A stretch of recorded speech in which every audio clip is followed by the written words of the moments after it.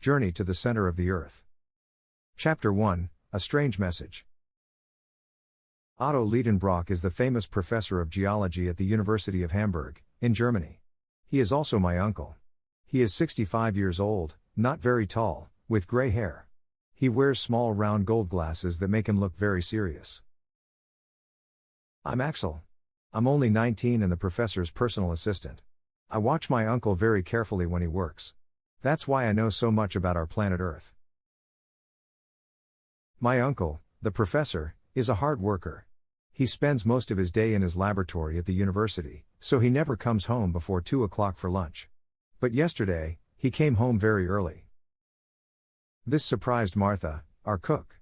The poor old girl did not have the lunch ready and she was a little upset. "Professor, you're early." "Never mind, Martha. I don't want lunch today." "But, Professor, you must eat." The professor looked excited. "Martha, food is not important." Then he turned to me. "Axel, come with me." He took me into his library. It was a big room with lots of bookcases against the walls and heavy velvet curtains in front of the windows. In the middle of the room, there was a desk where my uncle spent most of his evenings. He took an old book out of his coat pocket. He looked at me. "Axel, look at this. Look at this." I took it from his hand. Its cover was hard and it looked very old.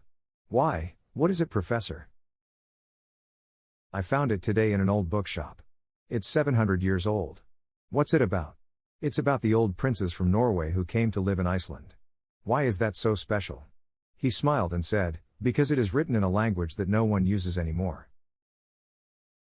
I opened the book and saw strange letters from a strange alphabet. I did not understand any of it.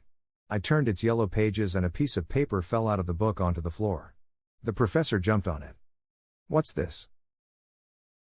It was an old yellow piece of paper with the same strange letters on it. The professor knew many languages, but he could not read this old language from Iceland. He took a thick book from one of the shelves. It was a dictionary for all the old languages in the world which people do not speak today. Then, he gave me a piece of paper and a pencil. "Axel, write down these letters as I read them to you." The professor read each letter to me and I wrote them down.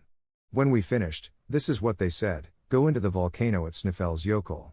Before the 1st of July, the sun will show you the way to the center of the earth. Make this journey. It is fantastic." The name under this strange message was Arne Saknussemm. Arne Saknussemm. I don't believe it. Who's she? He was a famous scientist.